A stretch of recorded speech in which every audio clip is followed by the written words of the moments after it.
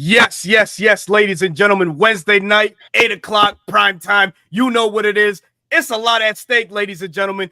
Welcome to the 95 North Sports Machine. I am your host, Berto. But before we go into this, man, we have some special guests here in the house this evening. It's rivalry week. I'm not going to use that other word that folks love to use, man, because that's such a powerful word, man. It holds a lot of weight, man. But it is rivalry week nonetheless, man. We're on this platform today to talk about the Atlanta Falcons versus the New Orleans Saints, man. And we're here to talk about the two teams just mentioned, man. So nothing personal towards the members that are on here, man. We're just going to have a great time, put a banger of a show on for the folks, for the fans that tune in every Wednesday night live for the 95 North Sports Machine. So without further ado, man, we have Big Q in the house. Welcome to the platform. We also have that guy. He's live and live in color as he is living and breathing. TJ Jones of the State of the Saints podcast and a roundtable brother as well for the NFC South. How y'all fellas doing this evening, man? Man, we're doing great, man. I'm happy to be here. Shouts out to everybody, man, that's joining this podcast right now. This joint collaboration. No matter if you're an Atlanta Falcon fan or a New Orleans Saints fan, happy that you're here. But you know, hopefully on Sunday the New Orleans Saints get it done. I'm just gonna go ahead and say that right now. You started already. He's gaslighting already. I love it. Hey, man. Hey, y'all thinking the same thing. Cut his mic. Don't cut his mic, man. Oh man, Q, what's going on, man? Again, welcome to the platform. First time on, man. I know you're on with your guy Timothy Hill, TJ, man. But how are you doing, man? How's it going, brother? Pretty good, man. I appreciate you brothers inviting me into a good discussion. It's always great when the Saints and Falcons get together and talk football, brother. It's the greatest rivalry in all pro football, man. Oh, man. Yes, as you already know, man, rounding out the 95 North Sports Machine is myself, Berto, Smitty, Bro Talk, Chris Tipmore, A1 Forever Sports. But we got another special treat. He's back for the second week in a row, and he's going to start off the show right, man. Todd, what's going on, man? How you been, man? Glad that you can have time to, join the show again. We got a spirited question for you. You're going to catapult this show in the right way. But first, man, how are you, man? I'm doing good, man. You know, when I came on last week and I knew the Saints game was coming up, I had to beg to come back on this one to talk a little trash. Like these guys said, man, this is all in water. This is Ali Frazier. It's a rivalry that is just so big, and I love every part of it. Yeah. Speaking of so big and it being a rivalry, Todd, you being an active member of the Atlanta Falcons and witnessing this rivalry firsthand, brother, give us some of the lowdown on what it was like battling the Saints twice a year. I know it's something that you as a player probably circled on your calendar. All right, whatever.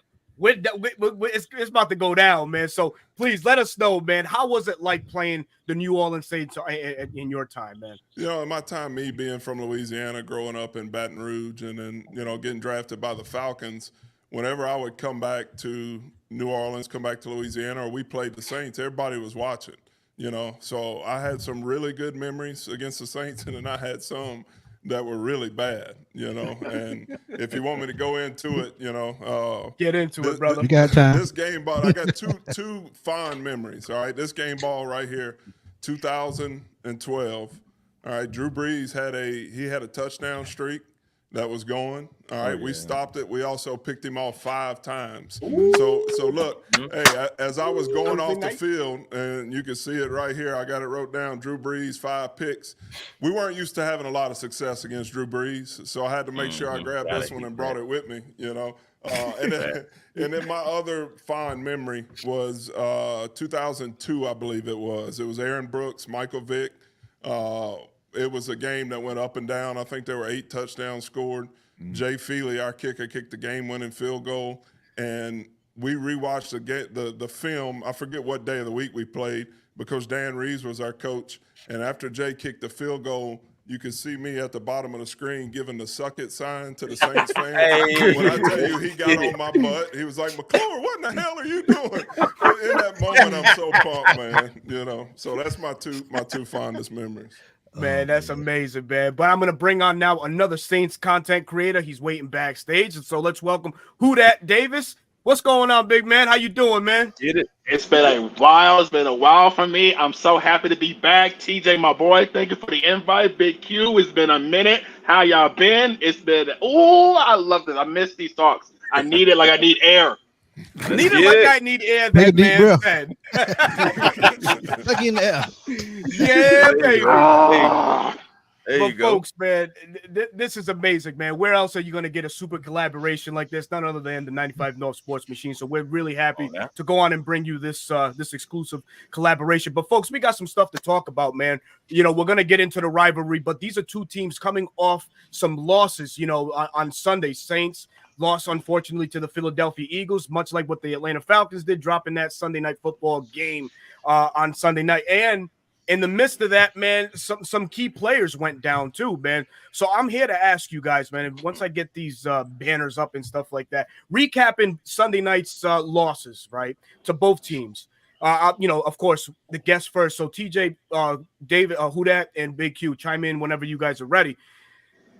What could have went different for your ball club on Sunday to, you know, obviously get the win? You guys played a very competitive ball game against the Philadelphia Eagles, a motivated Philadelphia Eagles that had just dropped the Monday night game to our very own Atlanta Falcons. You know, that Saints team yesterday, it looked like they were struggling to get things going, man. You know, TJ, you spoke so highly about Rashid Shaheed and the round table, and I bet in some of your own content, he was non-existent. Could he have been a factor if he was included a little bit more into the game planning? But what could have went different for your respected ball club for a victory on Sunday versus the Eagles, man? To me, you know, I just think that the Philadelphia Eagles came into this game just fully motivated, man. And I just think also when you hear about a team and all the success they had all week long, you know, I mean, that's bulletin board material. Everybody was singing the praises of the New Orleans Saints. I mean, the power rankings had them at the bottom 20s, and all of a sudden in the top 10. Clint Kubiak was the toast of the town. I mean, Philadelphia saw that. And you know, also that Monday Night Football game against you all, I think it left a bad taste in their mouth because they felt, you know, they should have won that football game. And they bottled all of that up. And they came into the Superdome and they hit the Saints in the mouth. I mean, they heard about themselves like being at the bottom of the league in rush defense. If you're a prideful football team, man, you're going to look at that and try to change that narrative. So they did the things that were necessary. You know, they were shorthanded offensively, but they counted on the guys that were upright, like Devontae Smith before he left the game, and also Dallas Goedert, who went crazy. So, you know, I ain't got no excuses, man, when it comes to it. I mean, everybody's dealing with injuries. We talked about that before the show. I mean, when you have a fumble recovery, a block punt, and you also had an interception, you got to win that football game, man. And, you know, they did, you know, defensively, they held up as long as they possibly can. But when you're on the field 70-plus plays defensively, it's only a matter of time before, you know, everything just comes crashing down, man. So, they lost the game, man, plain and simple. No excuses here. Just got to move on and regroup, and hopefully that you can find success the following week. Gotcha. Well said. Well said. Q. I mean, a few things, bro. I mean, we just didn't look good, man. And our execution, the play calling was different. Not as much misdirection as I like to have seen. The energy was different. And that was prior to McCoy. He played a few snaps or so before he got out there. So I mean, it just we didn't have that vibe, that energy, and then later on we kind of suffered through the McCoy loss at the center position. The offensive line got pushed around. Cesar Ruiz, Ali Udo, it just wasn't working. And I was looking for Clint Kubiak in the second half to kind of adjust his game plan, kind of dig into using more of his assets. We didn't see none of the end around plays with Rashid Shaheed around the edges to attack the edges when they were dominating inside. There was a few things I was looking to see us do. We just simply didn't do. And then a couple that with the fact that Taysom Hill wasn't there. You know, if he likes to use Taysom different ways. So losing McCoy and Taysom, and then it just didn't look good offensively. We just didn't have that snap, that vibe, that gel that we had in the first couple of weeks. So we could have executed a little bit better offensively, but the defense did everything they could. They held the team to 15 points, man. Yeah. They forced turnovers. They blocked the punt. It gave them the football gods gave the Saints every advantage to win that game, and they didn't seize on it. And credit to Philly taking it, man. Mm-hmm. Absolutely, man. Davis. We saw that coaching experience matters in the National Football League. Mm-hmm. Vic Fangio, we got to give him his props. He is the best defensive play caller when it comes to stopping the outside zone run schemes. What I saw from Vic Fangio, I saw him do when he was in the Super Bowl 2018 against the Los Angeles Rams, and they were running the outside zone run scheme with Todd Gurley and Matthew Stafford back there running the Rams offense. A 6-by-1 out of a 4-3 base set had 2 linebackers setting the edge and 1 linebacker commanding the middle. That is how you take away a outside zone. You set the edge, you force them to either beat you at the middle of execution, or you put the emphasis on your quarterback to beat you with his arm. Jared Goff couldn't do it in 2018, and Derek Carr couldn't do it Sunday against the suspect, no talented, a suspect Philadelphia secondary that's been giving up chunk play after chunk play in the passing game. Now, Eric McCoy is a big loss to what the Saints wanted to do offensively. Because once we saw Eric McCoy go down, the communication in the interior was absolutely abysmal. I have never seen Cesar Ruiz look so lost. It's like he's a puppy who lost his owner. That's how I equated that. And Ali Udo, we saw why Trevor Penning beat out Ali Udo in training camp. That's why he was running second string. Now, granted, they still had an opportunity to win the game. DA up to that final defensive play call with that sprung Dallas Goedert, shout out to him, who had a career game like he somehow always does against the Saints. Tendencies can be picked up on. Kellen Moore called the perfect play at the right time. Yeah. Betting against Dennis Allen's stubbornness to run man-to-man across the board, called a man beater. That gave me PTSD flashbacks of 2019 against George Kittle. And who do we know? Who was it that gave up that big play to George Kittle? TJ, Big Q? CJ Garner-Johnson. The same guy who's running his mouth on social media acting like he did something where his team had to bail him out again because he gave up a play to Olave in the red zone. He got bailed out. Now, he can say what he wants. He won the game. But this was a great defensive masterclass by both guys that just knew each other's tendencies. It just at the very end, it was Kellen Moore who got the dub. Gotcha, man. So same question for us for Atlanta Falcons, man. We went toe-to-toe with the Kansas City Chiefs, man. Can't no one take that away from us. We battled, and to Davis's point, man, coaching matters in this league. We played 2 Hall of Fame worthy coaches, Steve Spagnuolo and Andy Reid. But what could have went different for us in this game? I feel like there was a lot of opportunity left out there. I really, I hate to put pressure on Zach, but in those moments right there, you got to learn to use your full arsenal on offense, man. So, guys, I expected a little bit more out of guys like Kyle Pitts. Tyler Algier was another guy. He out-averaged Bijan Robinson, although his touches were limited, but the guy was rushing for well over 4.6 yards per carry. Maybe using him a little bit more to go against that, that heavy interior of the Kansas City Chiefs, much like what we did with Pittsburgh and Philly. The stretch zone, it felt like Spagnuolo and company were ready for it. So there's little battles in between the game. But I'll ask Todd real quick. Todd, where do you see that the Falcons could have went different in this game to kind of like in-game adjust and have success to end the night? The thing that was most frustrating for me was it was our last possession, that last play call. We went back to that wide zone to the left side, and you had both our backs in the backfield, and Tyler leading. He was the fullback basically for Bijan. And if his eyes would have just went back inside, he would have blocked that inside backer, and we would have hit our head on the goalpost right there. But to me, in that situation, you get a little bit stubborn. I felt like we probably should have tried to use some of our weapons in the passing game. But like those guys talks about, you didn't hear about Shaheed in the Saints game because if you don't have time up front, you can't make those plays downfield. And I think with Dahlman going out, that just and then losing McGarity at right tackle, that kind of just got us out of our groove a little bit. So it's going to be interesting on both sides this week to see how those guys up front hold up. Solid. Go ahead, bro.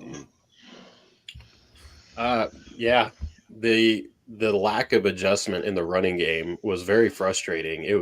It seemed like Zach really wanted to emphasize that outside zone run play, where I felt it wasn't where we had success against the Eagles. It was more of an inside zone run, and I could have been looking at it wrong, but we went back to that. We struggled against the Steelers with it. We had some success, but we didn't have enough success. Now, I know I've been seeing people say, Pitts. Why aren't we using Pitts? It did seem like Kirk was looking his way and the matchups were there. If you guys remember the interception that was thrown, Kirk was hit just if he had a half second more, he was going to hit Pitts on that corner route and it would have been a huge chunk play. So, another week of preparation. It sucks because we were right there. I feel like we lost the game. The Chiefs really didn't beat us because we were in it to the very end.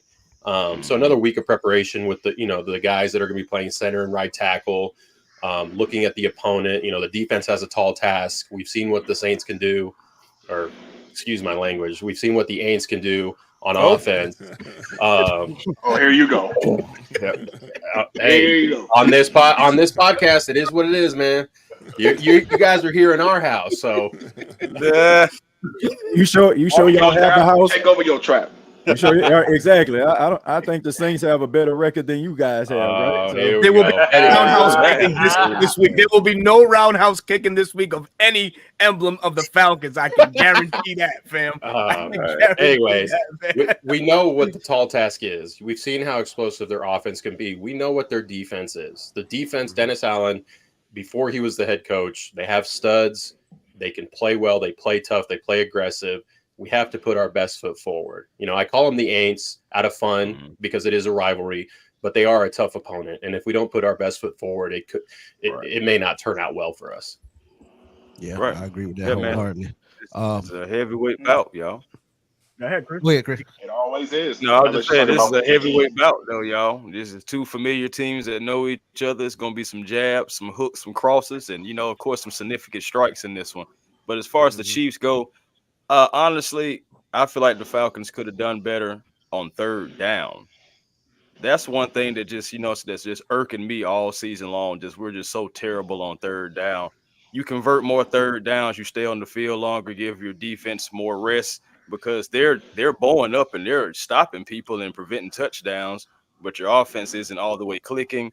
I believe more time, so we're going to come about it and we're going to be able to click on all cylinders, but we just got to clean up third and fourth downs. We got to clean those up, or you're not going to be beating a lot of teams, regardless, whether if it's divisional, conference, or non-conference. You're not going to beat a lot of teams if you're not converting on third down.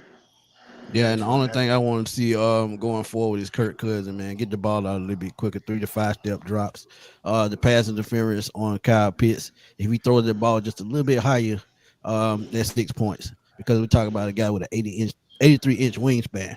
So Kirk Cousins this week, I think you're going to have to carry us. And I know we need to run the football. And I think that's going to be key for time possession to keep them off the field. But you got to make time to throw and you got to hit. You got to be accurate. Absolutely, man. We multiple people on here. We heard injuries, part of the game, unfortunately. But the laundry list is stacking up on New Orleans' side. I'm talking, Cesar Ruiz away from trotting out a brand new starting 5 on the offensive line. Not to mention Alante Taylor. We don't know his situation. Same could be said for Demario Davis. So there's some significant pieces going into Sunday that are hobbling. Falcons are too. We lost 2 key offensive linemen, but out of the injuries that we've piled up, fellas, which one of those is going to be the most important one to each ball club, man? For us Falcons, I would have to say it's Drew Dahlman because that's, of course, that's the cog right there that, calls all the protection, all the alignments the right way. You know, he signals out where the pressure's coming from. And facing a New Orleans team that through 4 games already has 11 sacks, Curtis Granderson, Brian Brees is looking, you know, he's looking wonderful. Kid out of Clemson, man. He's a force in the middle of that defense. Yes, I'm giving you guys flowers, so don't take it and run with it. All right, man. I gotta be respectful on this liking one. what I'm hearing. I'm just being respectful as the host because music to my ears. Man, look, man, I'll turn the volume down right quick on that goddamn music, man. Don't make me do it. But no, all love. But yeah, definitely, man. So we are both facing some significant injuries. I just named Drew Dahlman as one. Yo guys just, you know, go ahead and throw them out for each ball club. I'll go around the table. Smitty, for us Falcons, which is going to be more difficult? Losing Drew Dahlman, not knowing the status of Caleb McGarry, but there is also a guy that's on the IR and Nate Landman, he's been sorely missed as well. He can also be involved. But who do you say, Smith? Your mic. I'm gonna go Drew Dahlman because he's the anchor of the offensive line, and Todd know where I'm going with this. Yes, he's the one key with the adjustments on the line. I think we can make it without Caleb McGarry, even though he's the key to the run game. But Storm Norton is a better pass protector. So I think Drew Dahlman, man, he's going to be a big loss because you can't lose the anchor of that offensive line, because when you can't call the right plays and see what's going on in front of you and you can't call the audible, that's a problem. Correct me if I'm right, Todd. Yeah, I agree with you. And I think the biggest thing on our side, losing our center Dahlman, who to me has been playing really well and been getting those guys on the right people. Dahlman's right-handed, and then you go to our backup, he's left-handed. You know, you don't see very many left-handed centers. And we saw in that game against Kansas City when he came in, there were 2 snaps that Kurt bobbled a little bit because that ball is spinning a little different. It's not coming normal. He's used to catching that ball a certain way, and now Kurt's got to, you know, you talk about Kurt getting the ball out. Now he's got to take his focus off of looking at the secondary and making sure he can catch that snap that's coming back different. So there's a lot of things that goes into it. We're definitely gonna miss Dahlman, but Granderson, he scares me. You know, yes. I've seen that guy. He can make some plays, and I just hope we can get him blocked on Sunday. Yeah. Hey, I'm sorry. I have a question for Ty. For people that don't know the significance and importance of the center position, can you kind of like talk to us a little bit about, you know, the position and how important it is and the responsibilities of a center, and being without a starting center, how that can affect the offensive line? Yeah, it definitely affects a lot. You know, you can have a brand new Lamborghini, but if you open up the hood and there's no ignition, nothing to start it, you don't have anything. You know, and there you go. You know, you get there's so much communication that starts with the center at the line of scrimmage that everybody else builds off of. Whether it's run blocking, it's identifying the blitz, it's you know, just fitting with the guards on certain runs, and that center plays a huge piece. And I think both of our franchises, you know, are in a little bit of a panic mode. You know, whenever you lose a starter at any position, it's big. But when you lose that center that controls, that starts everything, it can cause you to get a little nervous. Facts. Agreed. Thank you for that. Yes, sir. Absolutely. Hody Jube, $4.99 super chat, man. Thank you for that super chat. Said call us the Aints, whatever you want, but at least I'm not a fan of the Falcons. Failed at everything, even the 25-point Super Bowl. That's all you guys ever say. You ain't never say anything else. Do better, I mean, man. Come on now, you can do better. That's not always. Get that man $4.99 best week. God damn, man. That's all good. Y'all holding on to 2009 with all that clamor. Man, let that shit go. What have you done for us lately? Nothing. Q, what's going on, man? I got to hear something from you, fam. I agree, man. The center position is big here, man. The Saints, both teams have to, whoever better adjusts here, man, they'll have the advantage, to be honest with you. And I seen some of the moves the Saints were making here, dealing with trying to adjust for McCoy, man. So, and then y'all guys dealing with Dahlman. That's very interesting, man, that both starting centers will go down in the same week like that. So, it's crazy. That to me will probably be the best bet to adjust. And by the way, just a little stats, you know, us at Who Dat Nation, we like to bring the stats for you guys. You know, anybody knows the all-time series between the Saints and the Falcons? 55. Right Coming up a little later. What's Yeah, that's coming up a little later, man. I just want to 55. Does anybody know what the record is? The last 10 matchups between the Here Saints. we go. Same thing I told I can do you one better than that. What are we doing here? Same thing as y'all said we won the Super Bowl in 2009. TJ, that Irrelevant. Hey, we was talking. Hey, I didn't say it.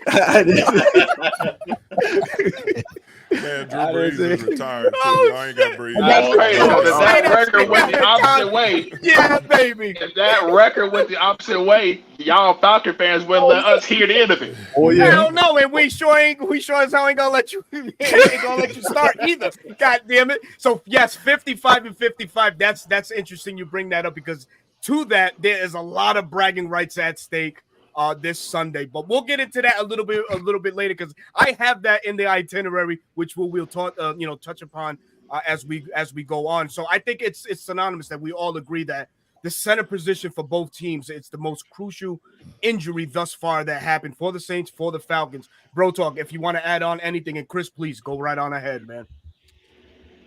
I mean, I think everyone kind of hit the nail on the head with the center position. I agree. Caleb McGarry, he's a great run blocker, struggles at times in the pass.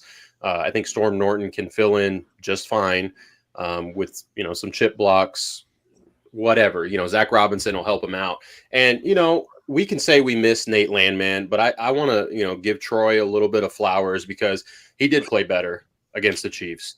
He was using his instincts a little bit more. You saw him go to his run fits quicker and then help out in coverage. So, yeah, I would sure love to have Nate Landman here against, Kamara, who probably is. But what's the terminology? He stays on his feet really well. He doesn't go down easy. He's not a big guy, but he stays on his feet, which is very annoying as a Falcons fan. But I agree, center. What do we do? How do we do it? And just like Todd said, that ball spins differently, just like a quarterback's. You got to focus in on it. You got to make sure you prevent that turnover and then look at the coverage. Mm-hmm. Right. Very true. Very true. Quick super chat before you go into it, Chris, man. NW, the franchise player. Thank you for the 199 bid. We appreciate it. He says, holla at us when you'll win without Greg Bounty Williams. And we all know what he's talking about here, fellas. We can't sugarcoat it, man. Greg Williams going to have to pay for a meal in New Orleans. Stop, who that, Davis. Hey, can I ask a question real quick, Todd, if you're allowed to speak on it? Was there rumblings in the locker room, about Bounty Gate? Because you were still in the league at that time, if I'm not mistaken, right? Everybody talked about it, but you go in every week, and guys are, especially games like this, you're trying to take the other guy's head off, Okay. Hello. When it's Falcons Saints, you look over this battle. I know Roddy White hated the Saints. Roddy White played at a different level when he played the Saints. Absolutely. And on the other side, Joe Horn, who played for you guys, who I got a chance to play with in Atlanta, he hated the Falcons when he was in New Orleans. So there's just something about this rivalry, man, that gets the best out of both teams and makes guys play a little bit harder. Yes. Right. Gotcha. Right.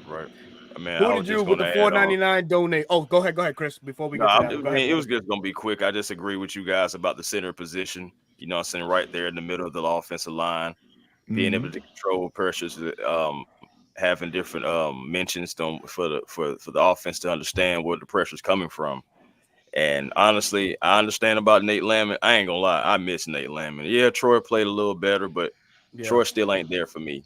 He's still he's gonna have to do better and significantly and fast for me. Like I know we got to give the guys some shine and some reps and everything, but I miss Nate Landman like a mofo. I'm sorry. Nothing wrong said there, Chris, man. But who did you, man? $4.99 bid. Thank you so much for that donation, man. He says, I'm sorry. Came off a little harsh. Hey, at least I donated, though. We appreciate that. Going to be fun game this Sunday. Falcons Hate Week is underway. Who that? Great show. Thank you, my brother. We appreciate you coming through the stream and supporting Who Dat Nation. And speaking of Who Dat Nation, this question right here is for Q, Who Dat Davis, and yourself, TJ, man. Was Clint Kubiak everything you guys envisioned once he came there to New Orleans? Did you guys foresee the success that you guys are having early on passing the ball all over the league right now. He's looking shades of a young Shanny, and I hate to put him in that space, but you got to respect the game and what he's doing, man. He's being innovative. He's using his weapons to their max potential. Raheem Shaheed, I know that TJ has spoke highly of him so goddamn much that it's giving me a fucking ear infection, but I'll let it be for what it is, man. So Wait a minute. on with the praise. That guy, he's special, man. You Before know we that answer dude. this- You know he's a special player, man. You've been told his name so much. Shut At up least on put some Sunday, respect on his name and You say his sang name in right. the stat department, baby. But Clint hot. Kubiak was everything that you guys envisioned when he came man. here to New Orleans. Was he everything we envisioned? Like so far, I mean, it's only been 3 games. Yep. I mean, we're not gonna throw him the Zulu parade of the Bacchus because he put up those What's that points. like? Yeah, but it's I funny, mean, man. Saints Twitter would disagree with you, TJ. What'd you say? Saints Twitter would disagree with you on that one. They ready to throw him a statue in the Man. front of Superdome already. Well, I mean, but I just say, man, pump the brakes, man. I just think I want to see how will you respond after this type of performance. I mean, I think that the game plan and what he brought together the first 2 weeks was great, but teams didn't know how to approach the Saints. I mean, you go from running one particular offensive style for like 16 years under Sean Payton and Drew Brees, and all of a sudden, like you're doing something completely different. So I think it was the surprise effect a little bit, and also his creativity also. But I want to see how he responds now. I mean, you only put up 12 points against the Eagles. Like, are you going to be able to learn from your mistakes? Are you going to be able to make those adjustments? Are you going to, go back to some of the things that made you successful over the first 2 weeks? I just want to see, but I think that he's a special play caller. I think he has the potential. He looks the part, but I want to see what this guy can do and how he's going to be able to respond. I mean, he's young. He's like 37 years old. I mean, he's been offensive coordinator before, but everybody's looking at him, man, like he can be the next, like you said, Kyle Shanahan. So let's see how he's going to respond. But I mean, he got the Who That Nation excited, which at the beginning of the season, y'all know we pretty much wasn't. We didn't know what to expect. So he got the Who That Nation back believing again. So that's a plus. Yep. Q, what say you, Q? Yeah, it was, I think, a big part of the Saints' struggles over the last couple of years was the accountability issues. The one thing I do like about Clint Kubiak, he's very detail-centered and a highly accountable person. And that was something that we were lacking in a lot of our offensive. And then in a lot of our offensive calling last year was kind of spineless, too. So I just like how he came in, brought his staff in, brought accountable guys in, and they really started taking these guys and putting them to work. Derek Carr speaks about them all the time, keeping them to the grindstone, making sure that when he does something positive, he cheers them up and says, listen, I like that, but do it again. He makes a mistake and he's right on them, but it's like he like Carr says, he cares about him. So I could appreciate what Clint Kubiak does. I did research on him prior to him coming here. Mm-hmm.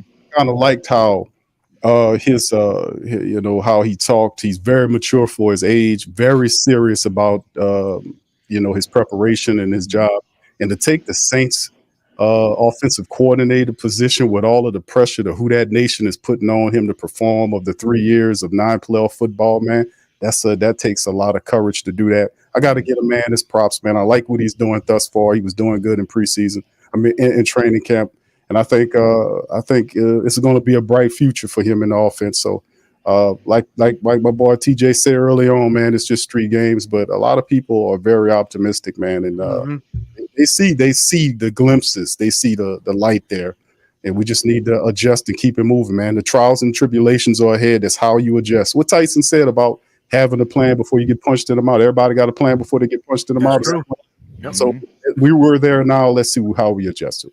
So that's what prompted the question. So I have, I survey the entire landscape of the NFL, and I look and I see the comments and I see, just the awe that your fan base has over Clinton. He really has you guys playing at a pretty high level right now, and rightfully so, right? Fresh new scheme. You guys have the players to go ahead and trot out his scheme. So we'll see Sunday. I'll leave it at that. But Who Dat Davis, go ahead and spill your 1 and 2s on this one, man. Intentional is the word that's been often described for the New Orleans Saints offense. You hear it from Alvin Kamara, you hear it from Demario Davis, and how he sees himself going against the New Orleans Saints offense in training camp. Intentional is the right word for it. You see this offensive line with Eric McCoy, with Cesar Ruiz. I don't know if some of you guys know this, but all these one thing all these guys have in common with each other, including Trevor Penning, the RAS score. That's the relative athletic score. That means that these guys can get out, they can run, they are very athletic for their size. And this is what Clint Kubiak has been able to, showcase to the Saints fan base throughout these first 2 weeks. You see Eric McCoy, burst up to the second level. You see Cesar Ruiz for the first 2 weeks prior to the Philadelphia game. This probably has some of his better plays of the season. Hell, even Lucas Patrick, a veteran guy, looks like he's turned back the clock by a year or two when he's playing left guard for the first 2 weeks. You see him getting out there, throwing guys around. Trevor Penning looks like he's found himself in a little bit of a groove at the right tackle spot. The scheme fits these players and also disguises some of their weaknesses. So I have to give him props for that. Now, to my fellow colleagues' credit, how are you going to adjust? Because during that Philly game, I saw some play calls that didn't make sense to me. You have to understand the flow of the game. In a game where points are a premium, this is a knock on DA2, but in terms of Clint Kubiak, I should not be seeing my quarterback trying to motion outside and you trying to run a halfback power up the middle of a defense that's been getting abused and manhandled by Jalen Carter and Jordan Davis and get stopped 2 yards behind the line of scrimmage. You can't do that. You have to be able to understand the flow of the game. Understand you have to take your losses where you can and just kick the field goal. You had to if they would have relied on Blake Grupe, right? I had the Saints going up 18-15 just by where they stalled out in Philly territory. Now, again, that's DA's fault. That's not so much Clint Kubiak's fault. But yeah, man, look, this is going to be a prove-it game for Clint Kubiak. This is the chance for him to make a statement as a first-year offensive play caller. It's like, hey, I had a bad game, but guess what? I'm the type of guy who knows how to not make the same mistake twice. Very good. We have a question for Todd here from 504 Co. Question, Mr. McClure. Did you grow up a Saints fan? I wasn't a Saints fan. I was an LSU fan. Of course, I went and played at LSU. We were college football fans. I really didn't. If the Saints were on, I watched it. My first game, actual pro game to go to, was my senior year in college. We went watching New Orleans Saints play the Buffalo Bills. Bruce Smith, it was one of his last games. It was his last year. So that was the first time I'd been to a pro game right before I got drafted by the Falcons. So never was a Saints fan, never will be a Saints fan. Dirty Bird for life, baby. Oh, man. And because it's right? Does that answer your question? we have a generous we all make here, mistakes in life, Ty. We all make mistakes in life. It happens to the best of us, man. We still love you, though, man. We still love you, man. You Louisiana through and through. There it is, man. Well, Terrell Thomas coming through with $1.99 bid, man. Thank you so much. He says Derek Carr gonna have nightmares about. What do you mean gonna? He already does. What do you mean gonna? Yes, as we all know, Jesse Bates with that house ball right by the goal line, ladies and gentlemen, and that's not anything new. Nightmares about Jesse Bates. This is the same Jesse Bates who he got it up in Week 18 of last season. 48-17, by the way. That same Jesse Bates. It was on a rookie corner. It was on a rookie corner. You guys pick out the Yes, those Falcons. Okay, what about AJ Terrell? No, they don't Falcons excuses. This is a goddamn fact. He was a rookie. It's not just Jesse anymore. It's not just Jesse anymore. Now you got Justin back there too. Yeah. And this is a Falcons team that really has limited that explosive element from three teams.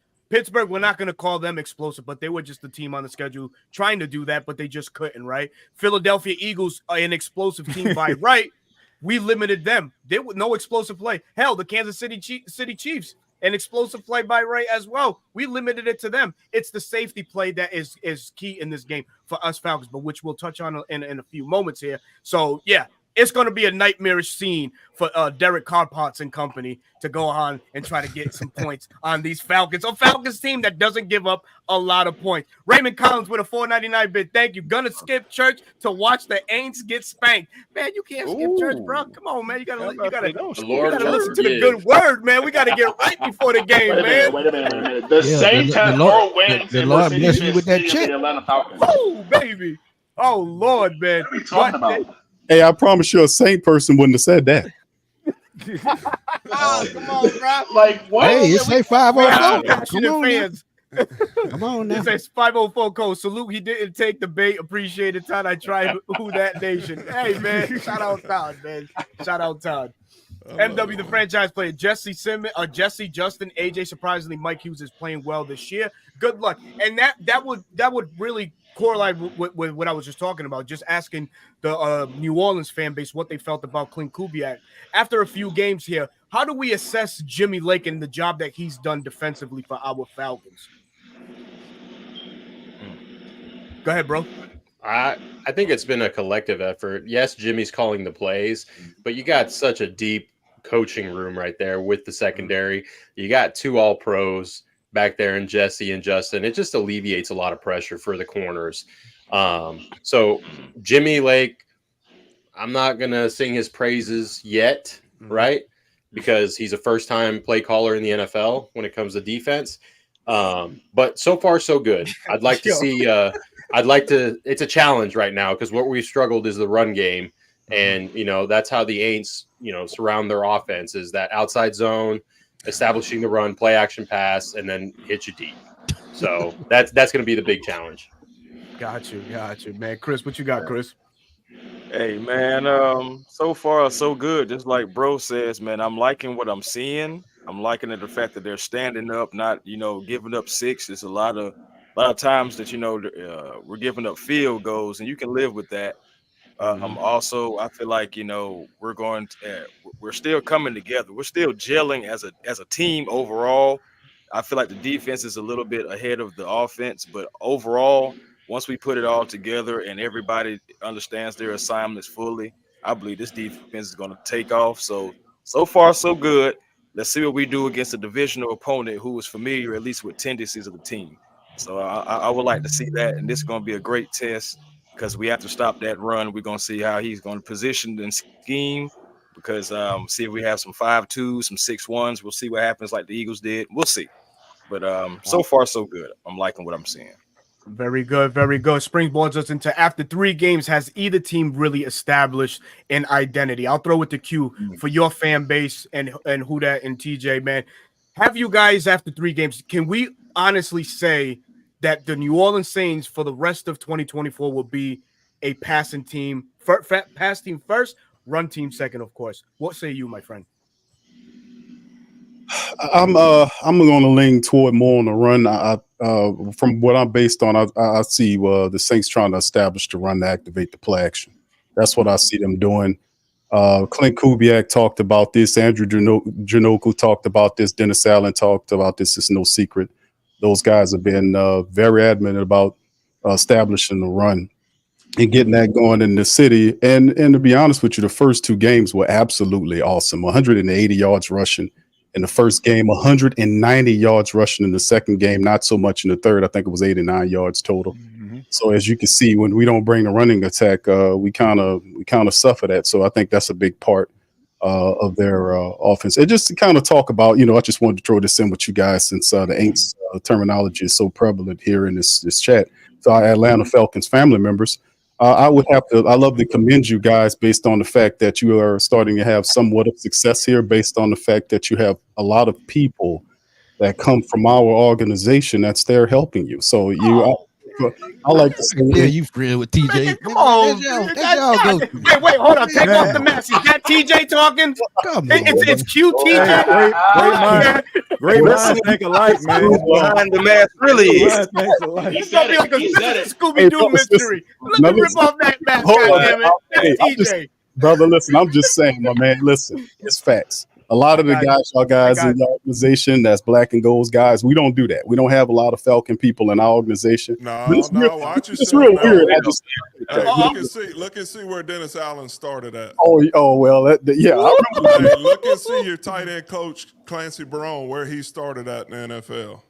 What's Great, that? yeah, I can go on and tight on. ends coach. We got a few. Yeah, but when you talk about Dennis Allen, where's the one place Dennis Allen is mentioned the most? It's definitely not. But we're talking about roots, where they came from. Nobody talked about Terry Fontenot until he got to Atlanta. Hey, but no one's talking about him. What was it? What was his position? What was his position? What was his position with the Atlanta Falcons? Was he a defensive coordinator? Was he like a quality control guy? He was a defensive line assistant. Okay, there we go, right there. So there we go. You're basically an intern. He was building his resume. That's where the roots are. You the get back coach. He wasn't shit yet. The get back coach. You know what I mean? Man, you give me some water, man. You guys want to take credit for watering the seed, getting that little, little bud, and then you scoop it up and you move it like what I grew here. We don't want credit for that, but when you hear me or you hear TJ or others say that, all we doing is speaking facts. That's truth to power. You can't argue with that. That's truth to power. Fontenot is a good executive. You guys always has been, and a smart guy. All these other guys, David Onyemata and all these guys, these are good players. You guys got several Caden other. Ellis. Yeah, Caden Ellis. Another guy, really good player. So credit to you guys. That's not a disrespect to you guys. I'm just saying. Really quick, Berto, apologize. What did you think? What did you guys think when those players and that, like from your side of the fan base, this content creation? What did you see? Honestly, were you upset that they left? And obviously, you don't want them to go to a division rival. Were those players and executives that you wanted to keep in New Orleans? Like, honestly, it's a serious question. I was happy for Terry Fontenot because I knew he wasn't going to get it. He wasn't going to get it because a lot of people don't realize that Mickey Loomis is not only the general manager, he's the vice president of the team. So you basically got a guy that's not going to go anywhere. I mean, unless the president, Dennis Lauscher, or the owner, Gail Benson, tells him otherwise, right? So, I mean, he's sitting there, he on some Jerry Jones stuff right now, So this is a guy that, that just kind of climbed the ranks, man, like did it the hard way, got it out the mud. Like he went through these different executive roles for him to get to this point. Man, I'm proud of Terry Fontenot. So I mean, I'm happy, that he found that success because, like I said, I don't think he would have got it in New Orleans as a general manager anytime soon. So, but you gotta understand where he learned that stuff from. And I said this, and Smitty, I don't know if a lot of your Falcon fans thought I was just busting your chops, but I just think that's the main reason why these teams look so identical. Like I honestly feel that way, man.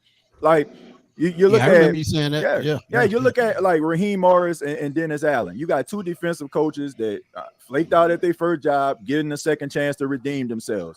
You got two quarterbacks in Derek Carr and Kirk Cousins, who their team gave up on them. Say we're not going to be able to get it done without you, right?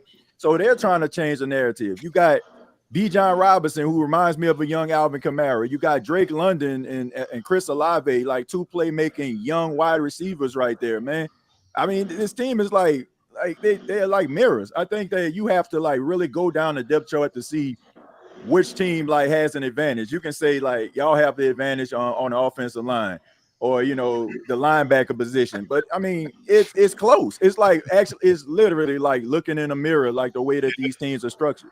Yep. Olave's better. Olave's superior. Oh my god. Oh, he used the word superior. Man, I said it. I stand 10 toes down on it. I mean, you can stand on your tippy toes if you wanted to, man. I don't give a damn. I'm gonna talk about it. The guy that answer your changes question. Yep. I'm sorry. Go ahead. Oh, sorry. So to answer your question of who a former Saints player who's on the Falcons that I missed, I'd have to say David Onyemata. I look at what David Onyemata did for the Saints in both the run and pass game, and I look at how the defensive line for the Saints is struggling right now ever since Onyemata left to follow Ryan Nielsen to Atlanta. It's been a revolving door with Nathan Shepard, Colin Saunders. They just traded a guy, Ridgeway from Washington. The only consistent presence on the D line has been Brian Brzee since he's got drafted, and even he struggles in the run game. We've yet to have that one guy that can be a 3-down defensive tackle who can play that 3 tech, who can play that, occasionally play that 0 tech. That's the guy that I want, that mauler, that mean guy that can actually make a difference. We don't have that other than Brzee on occasion. Yeah.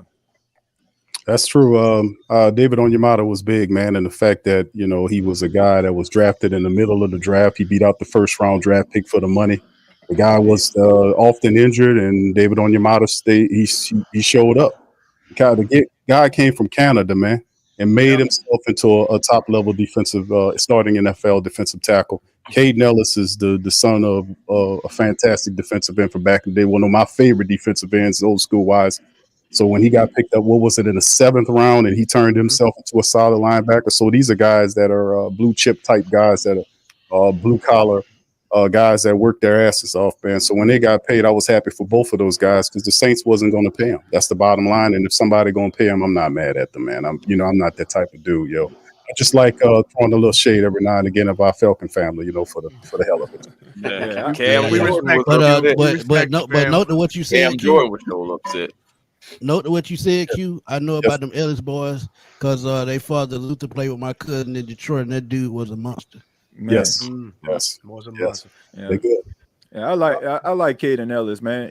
I'm proud of those guys being able to break out and be able to get the bag, man. Not just him, but Zach Bowen last week, man. Zach Bowen finding success in Philadelphia. He had 13 tackles in that game. The first game against Green Bay, he had 2 sacks. Yeah.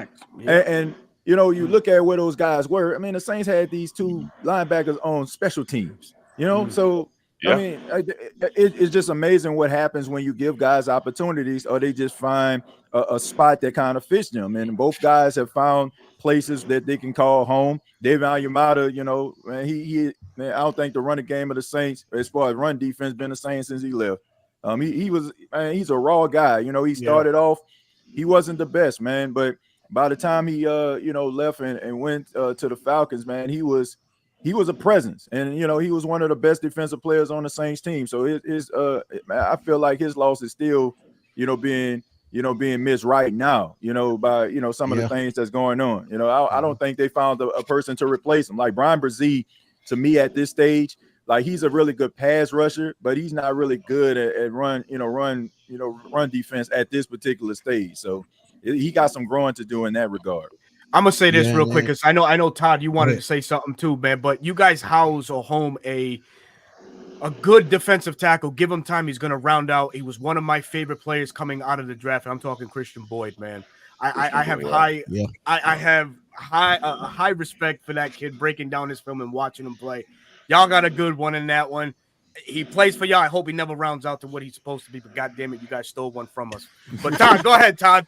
I know you wanted to say something, man. I was just getting into. I forgot where we were even at, but you think about what has changed. With the Saints, first 2 weeks they had great success. Guess who they didn't have in the lineup last week? Taysom Hill. Taysom Hill. That guy he changes so much about how defense approaches and prepares. And they saying he practiced. We were talking earlier. He practiced today. So with him in the lineup, that offense, I think we're gonna have to be careful, not let him get on track, not let Kamara get going. And he's a little banged up. He's running harder this year than he did last year. I know y'all seen it. Down there, he's giving a little bit more. So and that's where Grady Jarrett and Onyemata, like you guys talked about, they're gonna have to be big this week to not let that running game get going. Right, because we don't want to see that quarterback draw this week. I can't stand that play. I can't stand that shit either. Man, he's one of the most annoying. I hope he goes down there and gets turf. You look at Taysom Hill, and I know Aints fans love him, but to see him, even when he's not playing the Falcons, how he's able to just kind of rumble his way down. You look like it's a 2-yard gain, and all of a sudden he breaks it for like 20 plus. It annoys me. But I'm not in the trenches with them. It's obviously fun for you guys to see. It's just on the other side, it's annoying. Man, I just never seen a football player like him. Like, I'm not trying to be a homer here, but have y'all ever seen like a player that just excels at every position? Like he can do something at every position. I've never seen that before. Like, you have to go back to like Cordell Stewart, like Deion Sanders. like man, like the guys that just excel at just multiple positions. But they just did it at 2. Like this guy's doing it at like 3 and 4 different positions. I just I'm basically in awe. I know his stats don't like reflect a Hall of Famer, but I just feel like all the things he do, I don't know if we'll ever see a player like him ever again, or it's gonna be like years down the line where somebody just excels at just every position or every situation that a team put him in. It's unbelievable to watch. Yeah, I got a ton of respect for him, man. The way he plays the game, and like you said, he's different than anybody else in the NFL. What anybody else has at that package, and he can do so much. Then keep in mind, this is the same guy who still views himself as a quarterback. Imagine if he fully 100% embraced this jack of all trades role. Yeah, it's crazy, man. Hey, that's got a a good quick point. super chat. Oh yeah. Go ahead, Chris. No, I was just saying that was a good point. Got you, man. Got you. All right. Red Swan with the $9.99 bid, man. Appreciate you donating to the platform. He says, I often hear TJ and Q say this about Falcons that came through NOLA. In a word, it's weak. A fact of the NFL is that no one stays in first place anymore, gentlemen. Stays in one place. Yeah, I mean, I agree. But I mean, you have to want those guys in order for them to come to that particular team. I mean, and look, we joke around and stuff like that, man, but it's just how the NFL works, right? I mean, when you see a team is being successful, like you want some of that, man. Like teams change their schemes, teams change their defense, to try to mirror some of the things that's been working. That's the reason why our offenses right now, kind of change to that wide zone. Like it's sweeping the league right now. You got 2 young guys that came out the NFC West, that's bringing this type of offense. So, man, I guess it's just the way the NFL works, right?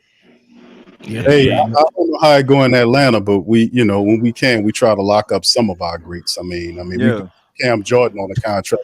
That'll finish his career here. Yeah. And you want one we got a guy named Grady Jarrett still here.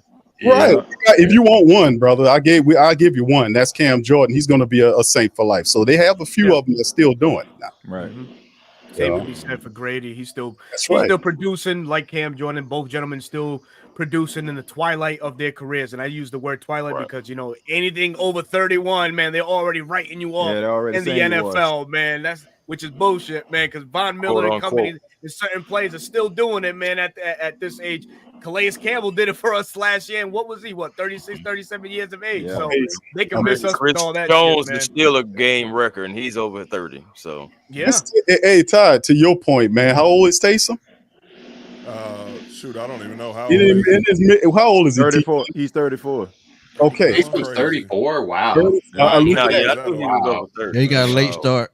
He was like 25, 26 when he was a rookie. And what about Honey Badger? How old is Honey Badger? He's 30. He's 32. 32. Yeah. That's one of my favorite guys of all time, man, to play the game, How about Demario Davis? How old is he, TJ?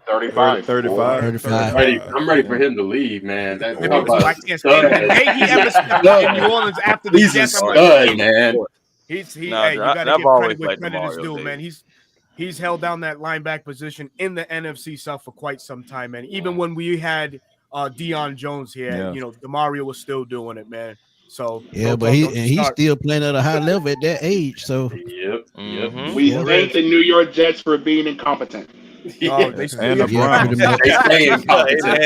We got Abraham. Yeah, man.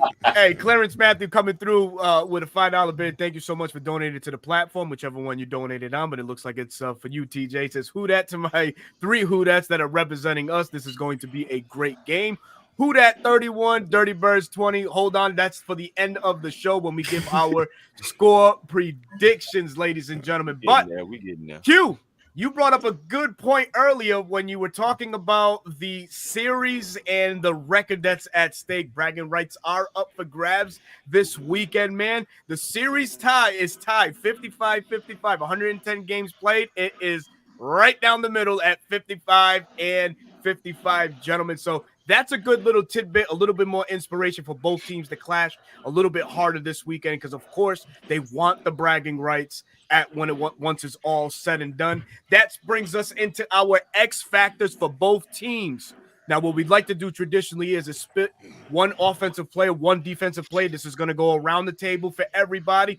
I'm going to go ahead and start it, and we'll go right in line, Smitty, Todd, Q, and the rest. So for me, the X factor on the offense for the Atlanta Falcons is going to be Ryan Musial. Todd, you pointed out some great tidbits on what it takes to be a center and how receiving, hiking the ball is an art, right? We saw some fumble exchanges with Ryan Musial and Kirk Cousins. So I'm hoping that they sharpen that up before Sunday's game. So that for me is the X factor going into Sunday. It's Ryan Musial for the Falcons. Defensively, this is an explosive New Orleans Saints team that's trotting in. And oh, by the way, they get a weapon back, I believe, in Jawan Johnson, who is, I think, inching his way getting back to the lineup. So that's another added element in that passing game for Clint Kubiak and company. So two guys that are going to have their hands full. It's been the defense. The defensive guys, the glue to this defense, Jesse Bates, Justin Simmons, really have to try and confuse Derek Carr into making mistakes. Hoping that we do that with Pat Mahomes last week, but again, that's Pat Mahomes. Derek Carr, he's quite not there at that Pat Mahomes level, a guy that is prone to mistakes, as you both know, or all three of you guys know. And we have two good guys back there that play the safety position at the top of their game and better than any tandem around the league. So I look for Justin Simmons and Jesse Bates to be the X factor on defense collectively to really slow down this explosive New Orleans Saints offense. Smitty. I'm going back with Kyle Pitts for a second week. He had that big 50-yard reception, but outside of that, it really wasn't much after that. But this week against the Saints linebackers, he has to take them out the game. So he has to control the middle of the field, and that includes opening up the run game for Bijan and Tyler Algier. So Kyle Pitts on offense for me. It's time for him to show why he was a number 4 pick. He finally gets the quarterback that he needs, other than Matt Ryan in 2021. So it's time to step up. On defense, I'm going to go A.J. Terrell. A.J. has to lock down the Saints' top receiver this week, and he's going to have to try to make them one-dimensional, whether he's running Alvin Kamara if he plays or forcing Derek Carr to make plays. That also includes Matthew Judon getting after the quarterback. So I think A.J. Terrell is going to be key for the Falcons on defense. So I'm going Kyle Pitts, A.J. Terrell. Cool. All right, yeah, Smitty, I'm going to piggyback off of you because I was going to go A.J. Terrell also on defense. You look at New Orleans and how explosive they were in those first 2 weeks, and you see how quick and how often they can score if you don't shut down their speed down the field. Right. So AJ's got to have a big game, and then, like you said, Judon, we need him to step up and get some pressure. And then on offense, I'm going with our quarterback, Kirk Cousins. I think Kirk and, this offense, they're learning together. I think we've seen progressions every week. And Kurt is a guy that's calculated. So he's got 3 games of New Orleans defense, and I guarantee he's watched every snap, or by Sunday, he's going to watch every snap 20 times, and he's going to know what they're going to try to attack him with in the crucial moments. So I'm going with Kirk Cousins. We need him to be on point and have a big game. Agreed. Q, go ahead, brother. Oh, bros, man, damn, this is a good one, bro. Offensively speaking, man, we really need to run the ball, man, and our offensive line, we got to figure out a way to get some harmony there. It's the best way we can. I know they were talking about Carr taking some more of those responsibilities on, but really, man, it's big. Our running attack need to get going, man. I know AK banged up. Taysom Hill, man. If Taysom is good to go, man, we need Taysom to get in there and do Taysom Hill type things against the Falcons. We know that he tears the Falcons up every time he plays them, and I'm looking forward to him doing that to him. He's a difficult cover to stop. So if Taysom is good to go, we need him to kick some Falcon tail. And defensively speaking, man, we need to really focus on. I know Kirk Cousins is back there, man. I call for Carl Granderson, but really I need Demario Davis and the rest of these guys to stop up and just to the best of their ability wrangle Robertson, man, and Algeria and stop that running attack, man. So Carl Granderson and Chase Young can tee off on those guys. So that'll be my call, fellas. That's a good one. Dirty Bird sounding salty. Man, it's been nothing but respect, Miss Jamaica. Just a little fun banter back and forth. A Came little in fun late. banter back and Come on, forth. Jamaica. You got to do better than I that. Come on. apologize. That's all. Bro, talk, hit him. For me, offensively, I'm going to go with our all-pro right guard, Chris Lindstrom. He's going to have two backups on both sides of him because I don't think Caleb plays this week. I'd be very shocked if he starts the game. So he's going to have to really help those guys out because New Orleans has a great defensive, pass rush, right? We got to make sure we protect Kirk and he's able to get that ball off on time. Thanks. So helping Ryan, helping Storm on both sides, he's going to have a tall task, and I know he's going to be able to step up to it. Damn, So, Rico, are we not playing this Sunday? Like, where the hell do you get that score? We're not showing up to the stadium, apparently. We just gonna stay on the bus. Bro, that's a real. great point, man. I love that point you're making there, man, with Lindstrom. Yeah, I'm looking for a big game from Chris. And then defensively, I'm going to go with Caden Ellis, who wears that green dot. Clint Kubiak's going to throw, probably learned his lesson against Vic Fangio, and probably going to go back to what we saw in week 1 and week 2, a lot of misdirection. And Caden's going to be crucial, just communicating everything, checking the defense, and making sure everyone's in the right spot. We know Jesse and Justin can do that on the back end, but up front with linebackers, I've seen Caden communicate with, AK, James Smith-Williams when they're in the game and putting him in the right spot. So that's the big one for me on defense. For me, offensively, I'm gonna kind of switch a little bit of the gears here. I'm gonna go Lucas Patrick, man. I mean, Eric McCoy is gonna be out 6 to 8 weeks with that groin injury. He's the best offensive lineman on the Saints team. Over the last couple of weeks, he's been like the best center in football. So that's a huge loss. And last week we watched, Jordan Davis and Jalen Carter just basically do whatever the hell they wanted to do, man. And now you have another tall task because you got Grady Jarrett and Davion Yamada. So, yep. How's the communication going to be between, him and Derek Carr? How is he going to be able to put that line, in the right position, call things out? I'm looking at him, man, because I just think that if he doesn't play well as whoever they decide is going to be the left guard, because Lucas Patrick was the left guard the first couple of weeks. It's going to be tough for him. And Big Q, you were talking about running a football, like they won't be able to if they play like they did against the Philadelphia Eagles. They got to be able to communicate better. They got to be able to do some of the things that they need to do, like we've seen over the last couple of weeks. And also defensively, I'm gonna go with Chase Young, man. Over the last couple of weeks, Carl Granderson has been an absolute beast. He's kind of flew under the radar a little bit, but I think everybody's starting to see who this guy actually is. I just think that he had a sack and a half last week. I think he had 2 sacks the week before. So there's going to be attention on Carl Granderson, and Chase Young is going to have to, he's been disruptive. He's been in the backfield, but he hasn't really finished the way that I thought that he would. So hopefully this game that he can be a little bit disruptive and get to Kirk Cousins quite often. So that's what I'm looking at defensively. Factual. Hey, now I You like quite it. I like often? it, man. Yeah, quite often, man. Come on, man. He ain't kidding. Hey, you don't want Matthew Judon to get the Derek Carr? You're like, come on. Oh, man. yes, I do. Thank you Exactly. so much for asking. Exactly. I don't want Chase Young. I said quite And you think often. he's going to make something happen? I'm glad he said it. TJ, goddamn. I'm standing on business. Hey. I want 3 sacks. Hey, I ain't gonna lie to you. It's not going to happen. On the defense, Chris, go ahead, Chris. Now, you guys already touched on AJ. Just small thing on AJ. Hey, man, you got to contain Shaheed last week. I'm pretty sure that the Saints are going to want to get him more involved this week because of that. So be on the lookout for that. But defensively, I'm going to go on Matthew Judon, man. Attack that B gap, attack Ruiz. Last week he had a tough time. You just got to see if he got it back together, see if he's, back on his square. And the way to do that, attack him with Judon, see what he has. I believe he can be disruptive and, cause some problems for this offensive line. Offensively, I know we're talking players, but I got to go coordinator. Zach Robinson, you're up. We got to get more creative. We have to run the ball.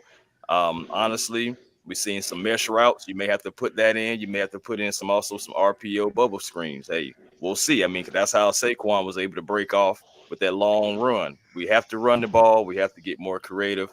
We have to be more fluent. And the Saints are 18th in the league points yards per play. You may have to take advantage of that. But one way that you have to be better on third down. So third down conversions are going to be key for both teams, but especially for the Atlanta Falcons if they want to have success against this tough divisional opponent. Straight up and down. For me, it was a bit of a toss-up. I'm looking at two offensive tackles who are swapping positions from where they were in their college days. And the guy I have to lean towards the most to be the X factor for the Saints, I gotta go right tackle Trevor Penning. This is like your do or die season for the Saints. You have to rebound yourself from that atrocious penalty that nearly cost the Saints the game last week against the Philadelphia Eagles. You need to prove that the scheme is that you are more than what the scheme says you are. In an offensive line that's just so full of questions. And I know what Talisa Fuaga, our left tackle, is going to be. He's gonna hold up fine against guys like Arnold Ebiketie and maybe even Matthew Judon. I have full trust. I don't know where. Maybe Arnold Ebiketie. Maybe Arnold Ebiketie. I said Ebiketie. I'm still on it, but I don't know. I know what Fuaga's going to do. I don't know what Trevor Penning is going to do. I need to see a not only just a bounce back game. I need to see you take that next step. I need to see you be able to set your anchors. I need to be able to see you, keep Derek Carr upright, not just from his blind side, but from his front side, because they're going to look at you. They're going to think you're food, and that's what you have been. That's what you have been when you're not running outside zone run schemes. So it's got to be Trevor Penning for me. Defensively, I gotta go linebacker Pete Werner. Demario Davis during the last drive last week against the Philadelphia Eagles was not in because of a hamstring. And you got like Demario Davis is not going to miss a crucial time like that if it's not for a serious reason. So either he's not going to play Sunday or he's going to be on a pitch count, severely limited. Pete Werner's going to be that next guy that steps up. He did it one time, 2020 against the Miami Dolphins, and he had the green dye. He had to make the play calls. He had to get guys set up. He had to be able to diagnose the run. He had to run sideline to sideline. Pete Werner needs to show that contract extension he was given was the right decision by Mickey Loomis and the Saints front office. Indeed. On point, Yeah. man. Indeed. We got a quick question here. I guess this is going to go to both coaching staffs, but thank you for the question. Subjective Perspective Collective says, who do y'all think has the strength between the coaching staff? And I think this is a very excellent question. That's a good one. Yeah, it is great. The Falcons have Jerry Gray. I'm passing it to him. Yes, sir. Tom, we're going to pass you the baton, brother. Man, I'll tell you, this is a tough one because you look on both sides. You got two relatively new play callers, on calling the offensive plays. I don't know if you have a little more experience on the defensive side with the Saints, with Coach Allen having a heavy influence on it. It's close, man. This is a toss up, and you got staffs that are still learning each other. So somebody might have a stronger opinion than that, but I think it's really close. That's a good way to put it, man. I'm a firm believer in years vested in the NFL, and I don't know if anybody on the Saints staff does, but on this Falcons team, man, we got Jerry Gray, who's been around the leagues, knows a thing or two about defense, was an architect of some of the good defenses back in the day, and he's now manning down our secondary as a head coach there. So I for me, I would tip the cap. Former player himself, absolutely right. I would give the advantage in some way to the Falcons just for that reason alone. I'm sure the guys from the Saints are going to have a thing or two to say about their squad. But for us Falcons, having Jerry Gray is something worth mentioning. Dave Huxtable, another guy, although he's more known for the college ranks and coming into the NFL, what tutelage has gone through him. A lot of successful players that play now in the NFL also plays a role into the just the knowledge that we have on our defense. But Smitty, if you want to add on to that list, what say you, my friend? Oh no, I ain't got to add on. I broke it down perfect. I ain't got to add on. It's Ooh, close. I it's can't close. call it. It's close. It's It's close. close. It is close. Oh, don't forget Jay Q, what you Rogers. got? Yeah, I respect that, man. I would have to say it's right there. I mean, it's I would have to say it's close because I'm gonna have to do a little bit more studying on y'all side of things. I know a few of y'all coaches. I mean, I know all about our guys, but to be fair and honest, to give a honest statement about it, I know a handful of your guys, coaches, obviously, but not all of your staff. So I'm gonna just say just agree with y'all guys on that. And just put it at close. cool. Yep. I respect that. I respect It's that. like the only guy that I'm 100% sold on is the better coach for either side. I have to go with secondary coach Marcus Robinson. That's the only guy I'm confident in. That's it. Dare to be different, I TJ, guess. Okay. TJ. Nah, I mean, I said it at the beginning of this podcast. I look at these teams; they like mirrors of each other. So I just think that the teams have been structured exactly the same. And I see like I think the Atlanta Falcons defense, they only allow 4 touchdowns, right? This That's entire it. season. 430. That's Okay, right. how many did the Saints defense allow? 4 touchdowns. Like it's crazy, like it's they just basically are structured the same exact way. I think from like maybe a little bit of a continuity standpoint and been together a little bit longer. I think from it's on the Saints side, especially like the defensive side. I mean, that's the same defensive staff from last year that had success. So I think that gives them a little bit of an advantage. I think continuity kind of plays a role here, but I'm not confident enough to just say that, like they just got the advantage. Like I said, I just look at these teams and man, it's like a flip of the coin, like I just think that it's going to come down to maybe who has the ball last or or somebody making a mistake late in the game. I think it's going to be like that type of game. I honestly do. Yeah, TJ, you're right. Just going to the injuries, man. We lose a center, they lose a center. It's all Yeah, it's it's a crazy, loss. man. Crazy, yo. It isn't. Strange, yeah, very strange. Very crazy indeed, man. So, all right, man, this is the point of the show. We're going towards the end of the show. And there's a show that we kind of like to move the goalposts, in the words of TJ, or move some furniture. And we give out these goddamn score predictions. We Chat. give out these score My favorite predictions. part. We're There going to we need go. the chat to get it Favorite down. Bro part. talk. Bro talk. Go We're ahead, gonna bro. roll with you first, man. Yes, sir. Yeah, I appreciate that, guys. I like what TJ has to say about these teams being, almost mirror each other. Because I was thinking to myself, it's like my heart wants to say Falcons has a better coaching staff. Of course, I want to lean towards my team, but respectively, the Aints are a good football team. I hate saying it, right? They're a division rival. They're a division rival, right? Saints. And I think it's going to come down to the wire. I think it's going to come down to a game-winning field goal. I said he was going to do it last week. He's going to do it this week. Younghoe Koo with the game winner as time expires. Give me the Falcons over the Aints, 27-24. And on that note, I got to head out, guys. Aints content creators, TJ, Big Q, who dat? Appreciate you guys stopping by. Todd, I'll see you again hopefully soon. And Absolutely. I'm out, guys. Let's hope All for a right, good game. man. All right, man. Who Good, that? man. Hold it down, brother. He's the man. That was bro talk there, man. So, yes, very spirited. Let's get into the score predictions. My man just threw out his. Red Storm with the $1.99 bid. Thank you so much. Going on to say Falcons 27, Aints 17, gentlemen. Woo-hoo, baby. I love it. I'm going to go out a little bit more conservative. And like to a lot of what TJ's points were made throughout the show, they're mirroring teams, right? It's like a Spider-Man meme pointing at one another. We're that comparable, man. But I still feel like the Falcons are going to edge this one out. That's a team that's looking for some redemption after Sunday's loss. In a nail-biter, I have the Falcons winning 20-19 by 1 point. I like it.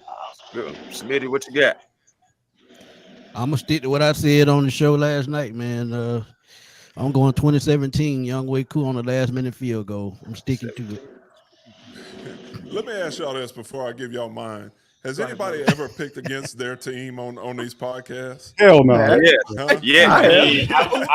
Last year, a couple times last year. I ain't gonna lie to But kick that's it a now. good question, Todd. That's a good question, No, bro. I think the Eagles week 2. Okay, That'll be interesting. You can start a trend, brother. Come on and No, that ain't gonna happen. It's That's not gonna happen today, Q. Wishful thinking, bro. But I'm gonna give I think for You the first. Falcons to win this ball game, it's gonna have to be a low scoring game. If it gets to be a shootout, I think New Orleans has advantage there. So we got to keep them down. We got to minimize Derek Carr and Shaheed. So I'm going 2017 also. That's what I had in my head. We got to keep the scoring down, and hopefully that Carr will start stalling when it gets down to the red zone like it did last year. There you go. There you go.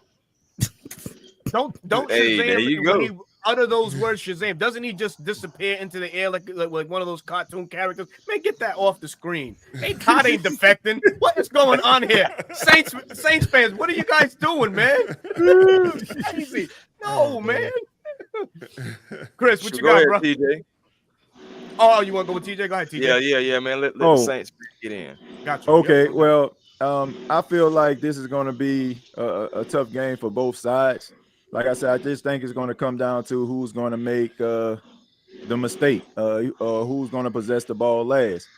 Like we've been saying, like these teams are really good. Like for anybody to say like these teams haven't improved, I just think that you just too much of a homer. You just don't understand football. Like none of these teams are going to come into this stadium and roll over for each other. I think that when you look at Raheem Morris, I mean, you get hired to beat your rivals. I mean, it's just that plain and simple. Like, you want to be able to like get that advantage. You want to be able to be that coach to give them bragging rights, right? So this is the type of game that, they hired you. Arthur Blank and Terry Fontenot hired you to do. But at the same time, I just feel like the New Orleans Saints offense will get back on track. I think that it's going to be an exciting game. I think the execution is going to be a little bit better. But I think that it's going to come down to the final possession. And I got Blake Groupie kicking a field goal to win the football You said game. a groupie?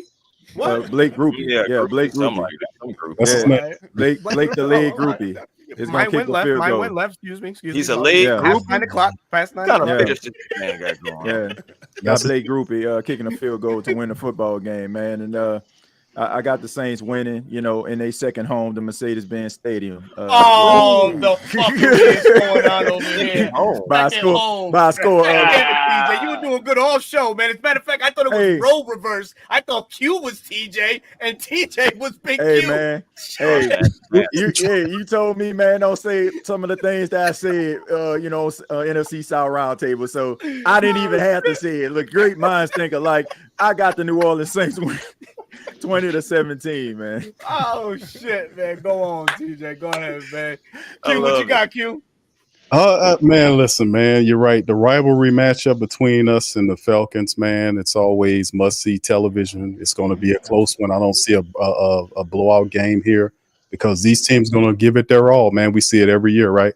So, it's going to come down to, man, who doesn't make that many mistakes, executes properly. Like I said, it's a lot of issues with the offensive lines here. It's all about IQ and who brings that killer instinct and that energy. We just didn't have it last week.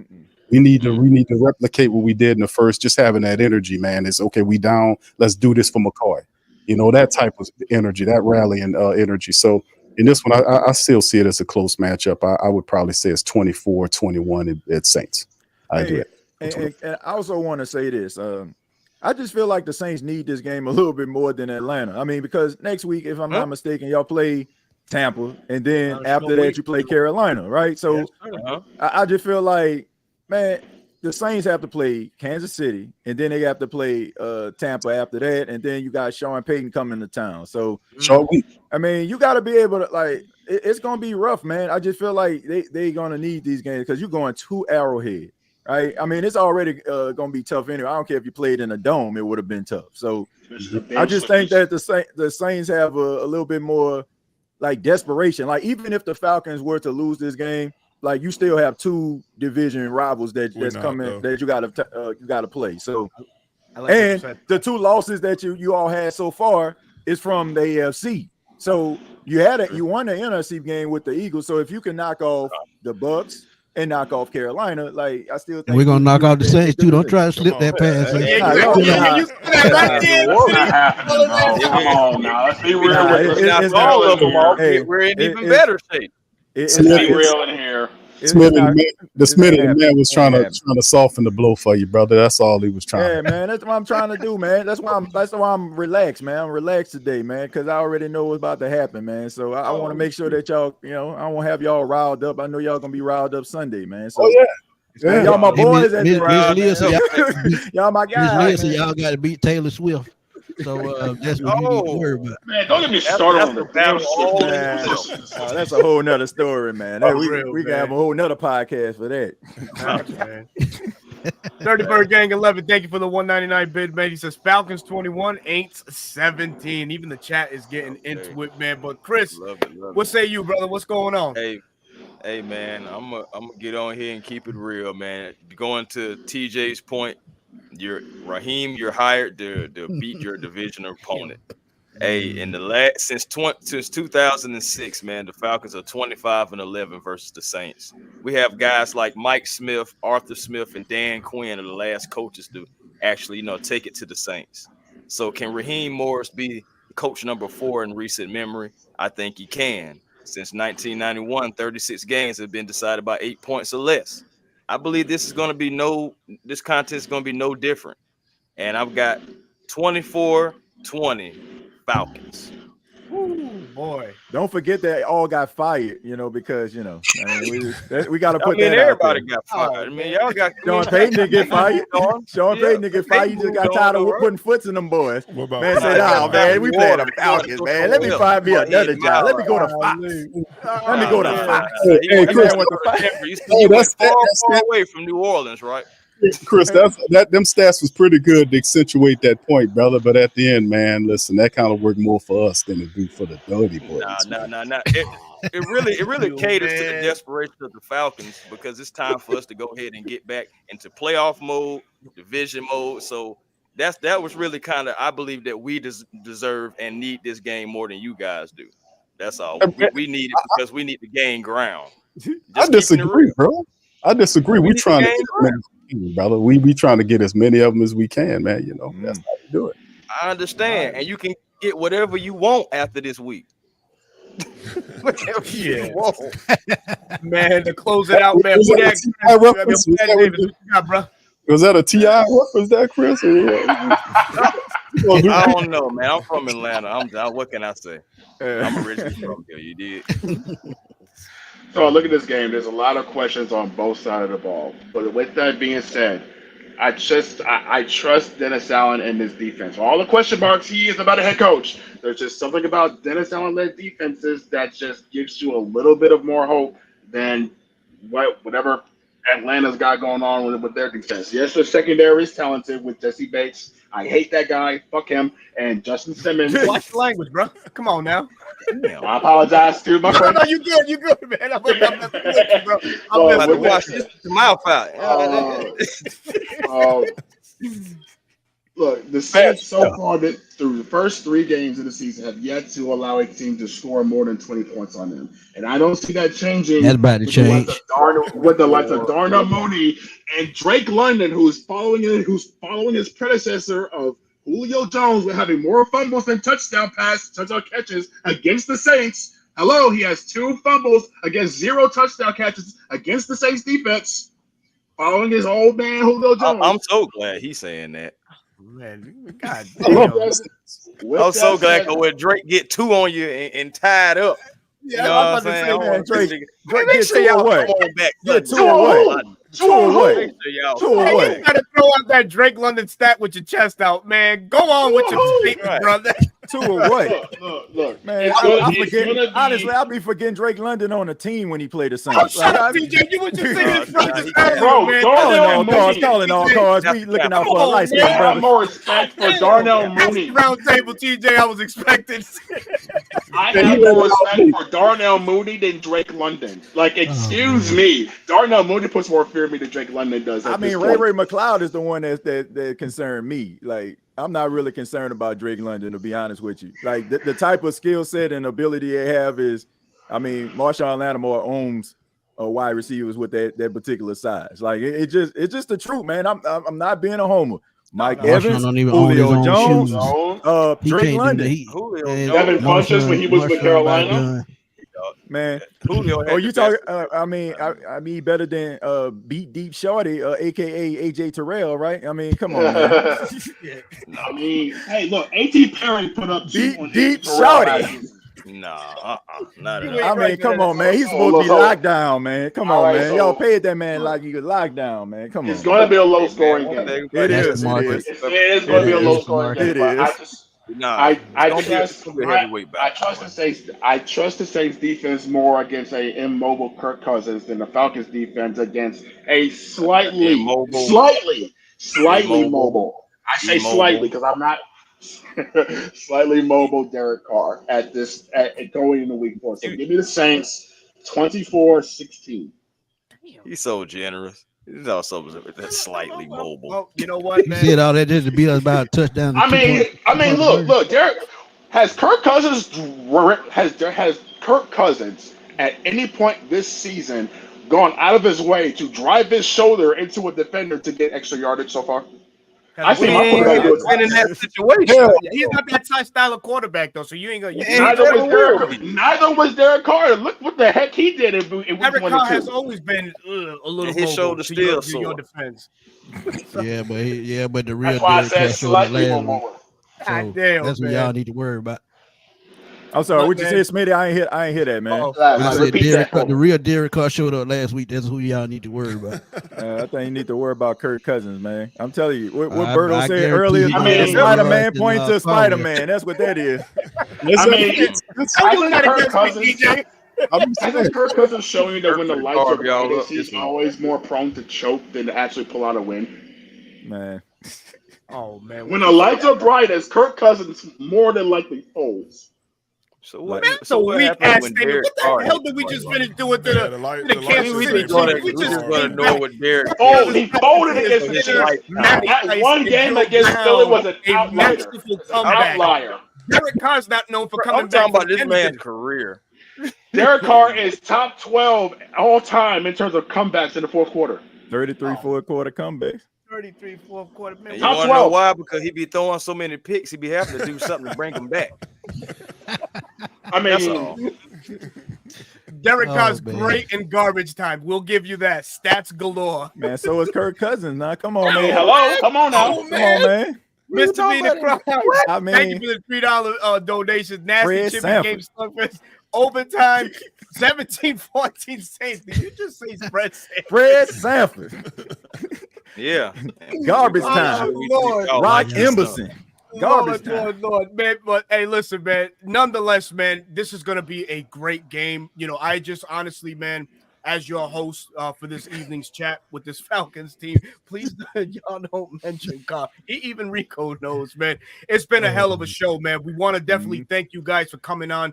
The show, man, had over 700 eyes at one period. That's a personal best for this platform. So we definitely thank Big Q, Who Dat Davis, and our brother TJ from the Roundtable NFC South Edition, man. Thank y'all guys for bringing Who Dat Nation into the chat, into the stream. All eyes were on everybody's platform. So we hope that everybody that did see enjoyed the content that we brought to you this evening. This was meant to be informative and fun. And ladies and gentlemen, I think that we fulfilled that in every way, shape, and form, being informative and fun and respectful, of course.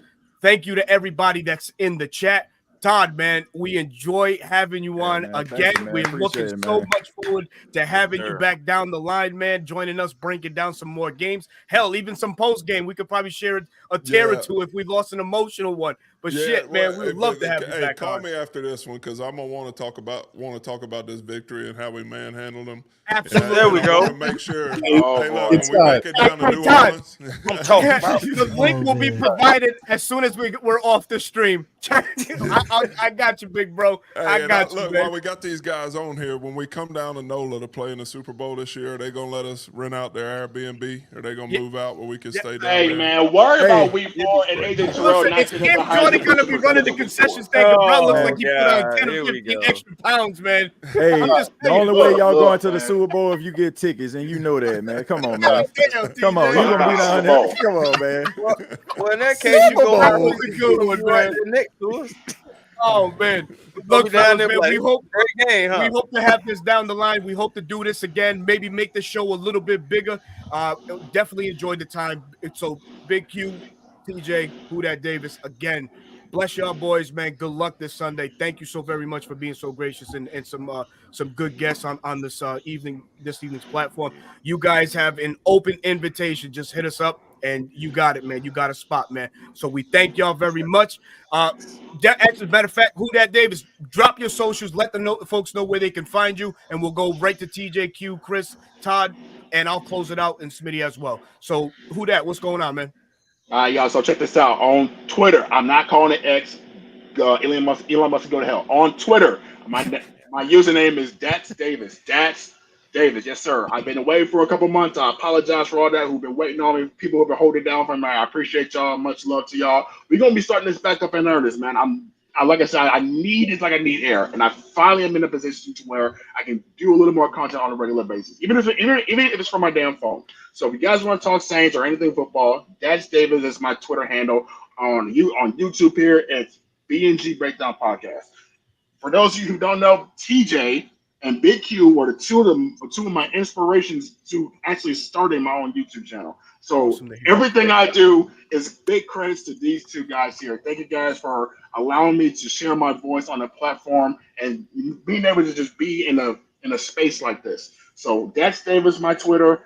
B&G Breakdown Podcast is my YouTube channel. If you guys are over on Facebook, it's Black and Gold Breakdown. I love talk shop, all things Saints, all things NFC South. That's all I got. Appreciate you, TJ.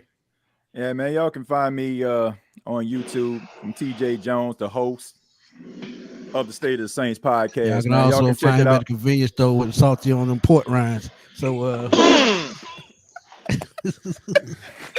Oh shit, man. That's my dude, though, y'all man. can find me. Dude. Y'all can find me on the That's my State of the dude. Saints podcast, man. Talking about the Atlanta Falcons getting spanked by the Saints over the last 12 years, man. Y'all know what it is, man. And y'all can also find me on the NFC South Roundtable. Look, man, Berto and Smitty, Sir. like, man, we bust each other chops, man. Yes, but sir. like these are two great brothers right here, man. I got so much respect for them. Likewise, Like, we joke around, we clown, man, but we just have a difference of opinions when it comes to our favorite teams. Everybody makes mistakes like Berto and Smitty. Everybody can't beat me, but check it out on Damn you, TJ. Man, and also, man, Big Q and Big Q, man, he's killing it, man. Y'all make sure y'all check him out, man. A good brother, man, a good friend. We developed the friendship over the years, and man, when I hit him up, man, he came on, and I appreciate that.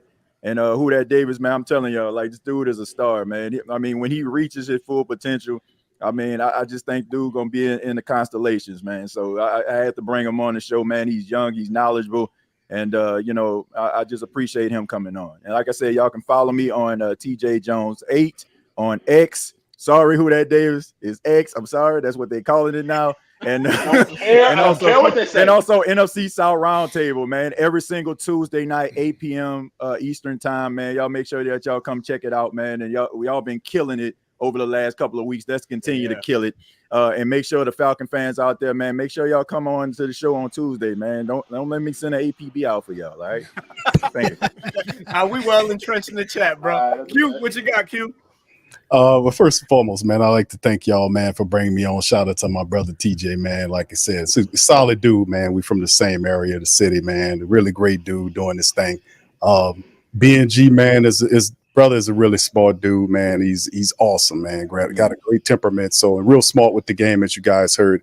I just like to thank y'all guys for bringing me on here. You can feel free to check me out at the Sports Coma with Big Q on YouTube, or simply go to the whodatdaily.com. That's where all of our content. We have contributors there that contribute. We do college football, pro basketball, boxing, all that kind of stuff, man, along with our diehard content. So yeah, y'all feel free to check me out there. And once again, I thank y'all brothers for bringing me on there. Absolutely, man. Chris. Hey man. Well, first and foremost, thank you to all our guests, Todd, everybody from from the Saints fan base, period. Since the chat, everything has been beautiful. And I love doing stuff like this, since talking sports. That's pretty much just my life. Honestly, I want to thank Berto and Smitty, I was out doing my thing, and then they brought me into this, this congregation, and I appreciate it. For me, Chris Tipmore, A1 Forever Sports on YouTube. We be generational because there's always time to be, and we don't settle for less because we can always have more with the vision.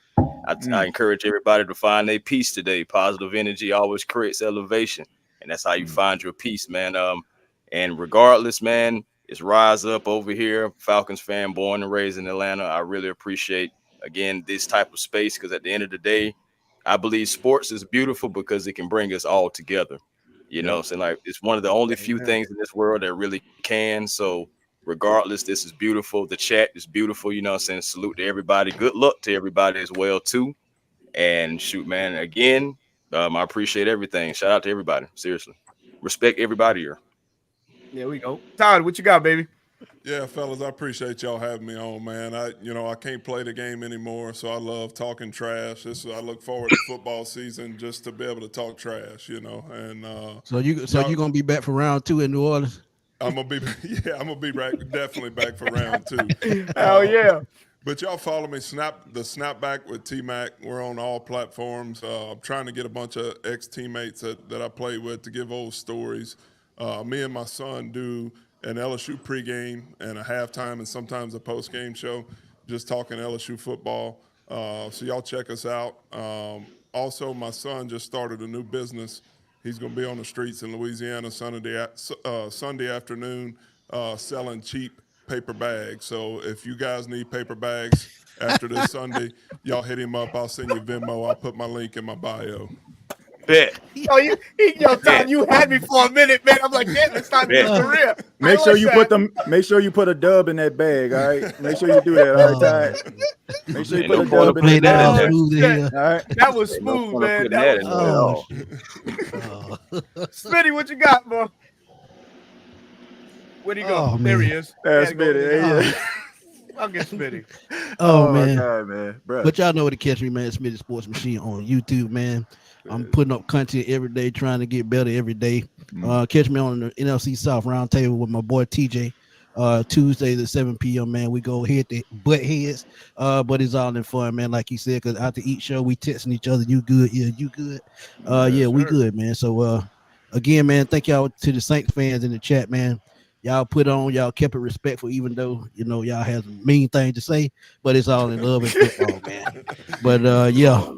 Y'all catch me and y'all catch us Sunday post game, man. Yes, and if y'all free and y'all want to talk trash, win or lose, we for it.